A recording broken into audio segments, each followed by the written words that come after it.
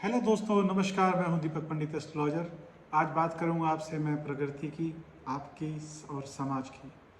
सबसे पहले हम प्रकृति को लेते हैं कि यदि आप सूर्य को गाली दें, पत्थर फेंकें या थूकें, सूर्य को कोई असर नहीं पड़ता।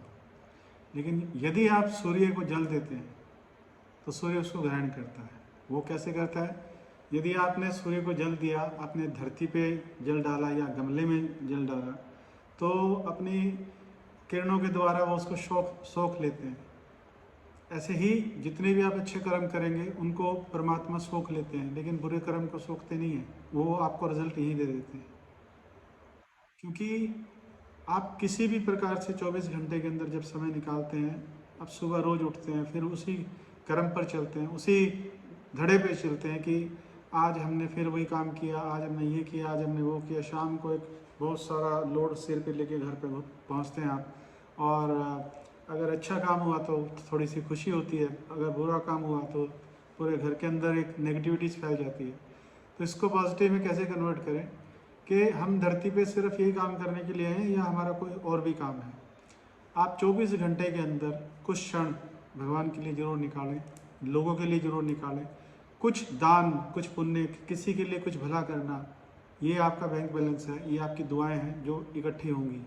और यही आपके बुरे वक्त के अंदर काम आती है, क्योंकि आपका बैंक बैलेंस भी बुरे वक्त में काम आता है। तो दुआओं का बैलेंस जो है वो जब बुरा वक्त होता है तो वो आके खड़ा हो जाता है।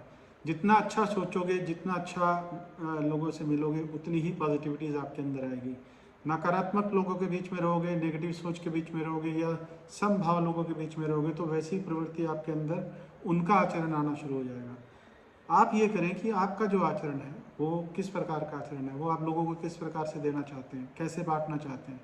वो तभी बटेगा जब आपके अंदर कुछ दिव्य चीज़ें होंगी, जब आपके अंदर कुछ पॉजिटिव चीज़ें होंगी। वो तभी बटेगा जब आपके अंदर कुछ इस प्रकार से चेतना जागृत होगी कि आप जल की रक्षा के लिए क्या करते हैं। कि जल भी एक तरीके से आत्मा का रूप है। आप जल को अगर जला देते हैं, अगर तवे पे पानी डालते हैं तो वाष्प बन के हवा में शामिल हो जाता है, वाष्प बन के बादल बनता है, बादल बन के आपने तो 10 बूंद डाली थी, वो 1000 लाख बूंद बन के धरती पे गिरता है। उसी प्रकार से कर्मों की बात आती है कि जितना अच्छा कर्म आप करोगे, एक कर्म करोगे, तो भगवान आपको पता नहीं कि उस एक कर्म के लालच में कि आप और 10 कर्म करें कि ये आगे और बढ़े। लेकिन लोग कहते हैं कि हम तो बहुत अच्छा काम करते हैं, हम तो बहुत अच्छा दान पुण्य करते हैं, हम तो इतना काम करते हैं, हमें यश की प्राप्ति नहीं होती, हमें कोई पूछता नहीं है, हमें कोई उस चीज़ का कोई सिला नहीं देता। जब तक आपके दिमाग में अभिलाषा रहेगी ना, मांगने और कामना की, कि मैंने ये किया तो मुझे ये मिलना चाहिए, मैंने ये किया तो मुझे, तब तक कुछ नहीं मिलता। नेकी कर और दरिया में डाल।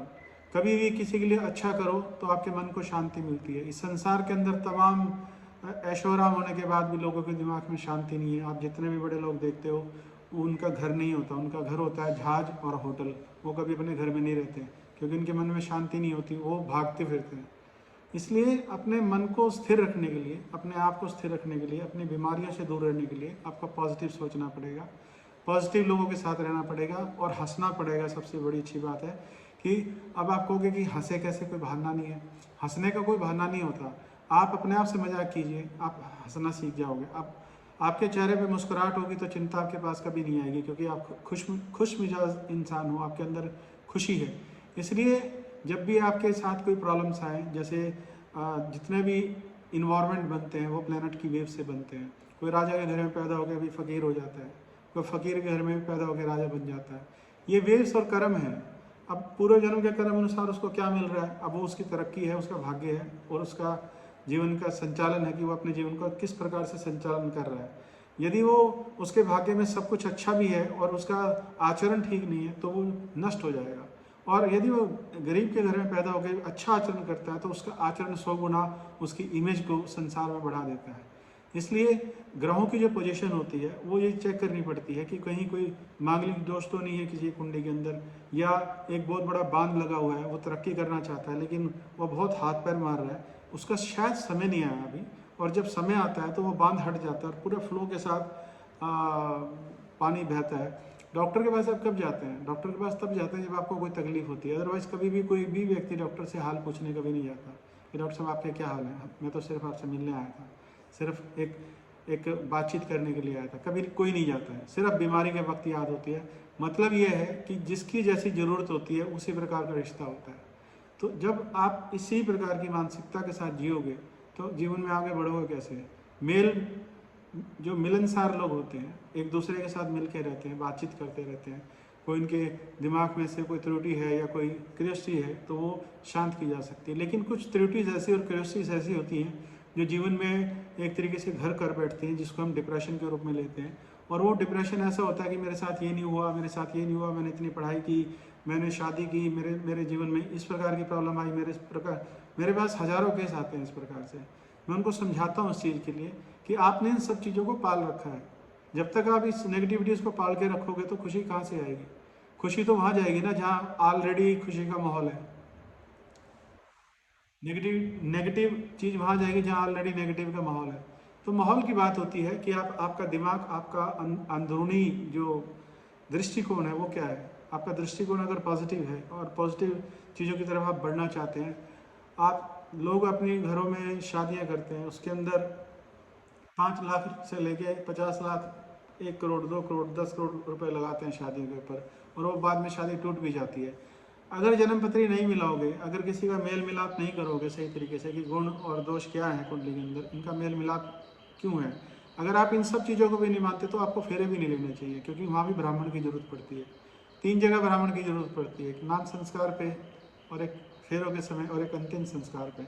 अगर आपको ब्राह्मण पे विश्वास नहीं है तो आपको इन सब तीनों चीज़ों की जरूरत नहीं है। अगर विश्वास है तो आपको इन सब मंत्रों द्वारा, इन आचरणों द्वारा ये सब चीज़ें आपको अपने साथ लेके चलनी पड़ेंगी, क्योंकि इनके बगैर आप 3 में से 2 चीज़ तो आपने चुन ली, तीनों चीज़ें चुन ली या एक चीज़ चुन ली, कुछ तो अधूरा रह गया कहीं। और जब अधूरा रहता है तो वो अधूरेपन के कारण ही हमारे जीवन में कुछ शापग्रस्त चीज़ें होती हैं जिनको हम हटा नहीं सकते, लेकिन कोशिश करने पे वो हटाई जा सकते हैं। जैसे कुंडली के अंदर पितृदोष होता है और काल सर्प दोष होता है। अब ये 2 दोष ऐसे हैं जो हिडन में होते हैं, किसी को पता नहीं लगता कि उनके साथ हो क्या रहा है। वो बहुत सारे काम करने की कोशिश करते हैं, बहुत सारी जगह पे हाथ पैर मारने की कोशिश करते हैं, बहुत सारे चक्कर लगाते हैं, बहुत सारे एफर्ट्स करते हैं, चाहे वो गवर्नमेंट का काम हो, चाहे वो प्राइवेट हो, चाहे उनका पर्सनल काम हो, तो वो सब चीज़ें बनती नहीं। कारण वो पहले आगे एक चीज़ खड़ी है तो रुकावट के लिए एक नेगेटिव वेव्स की तरीके से आपके साथ खड़ी है, और उसको देखने के लिए जिस प्रकार से जब आदमी की आंखें बंद हो जाती है तो चश्मे की ज़रूरत पड़ती है, चश्मा उसको क्लियर करता है। वैसे ही एस्ट्रोलॉजी है, ये आपके जीवन को क्लियर करती है कि आपके जीवन के अंदर किस प्रकार से क्लियरेंस होनी चाहिए। आपसे कोई जदाद नहीं मांग रहा है उसके बदले में, आपसे कोई आपका सब कुछ नहीं मांग रहा है उसके बदले में। ठीक है, आप मेरी बात समझ रहे हैं मैं जहाँ बोल रहा हूँ। लेकिन भले की बात यह है कि यदि आप इन सब चीज़ों की तरफ ध्यान देते हो और आपको आगे बढ़ना है और तरक्की करनी है जीवन में, तो आपको हर चीज़ को एक जिस प्रकार से सलाह लेके आदमी काम करता है किसी से, और खुद की आत्मा से भी सलाह लेके काम करता है या एस्ट्रोलॉजर से सलाह लेता है। अगर कोई लॉ के चीज़ें पढ़ती हैं तो वहाँ वकील से सलाह लेके चलता है। हेल्थ में कोई प्रॉब्लम है तो डॉक्टर से सलाह लेके चलता है। इस प्रकार से जब आप अपने जीवन को संपूर्ण करना चाहते हैं तो संपूर्णता के लिए आपको सारे लोगों से बात करनी पड़ेगी, जिससे कि आपके सबसे पहले तो मन को शांति होनी चाहिए और आपका जो आत्मिक रूप से कॉन्फिडेंस है, जो आपकी पॉजिटिविटीज़ है, वो आपके पास रहनी चाहिए, जिसकी वजह से आप तरक्की कर पाएँ और आपका जीवन आगे बढ़ता जाए। आज के लिए इतना ही। मेरे चैनल को सब्सक्राइब जरूर कीजिएगा, दीपक पंडित बॉलीवुड एस्ट्रोलॉजर के नाम से। आपको अच्छी सलाह देता रहूँगा। मेरा बेल का बटन जरूर दबाइएगा उसमें चैनल के ऊपर, जिससे कि आपको नई जो भी मेरा वीडियो है वो आपको मिलता रहे, ताकि आप तरक्की करें। भगवान आपको बहुत अच्छे तरीके से संभाल के रखे और कोई भी बाधाएं आपके जीवन में आए तो उसको दूर करें। मेरी शुभकामनाएं आपके साथ हैं। नमस्कार, सत श्री अकाल, शब्बा खैर, जय हिंद, जय भारत।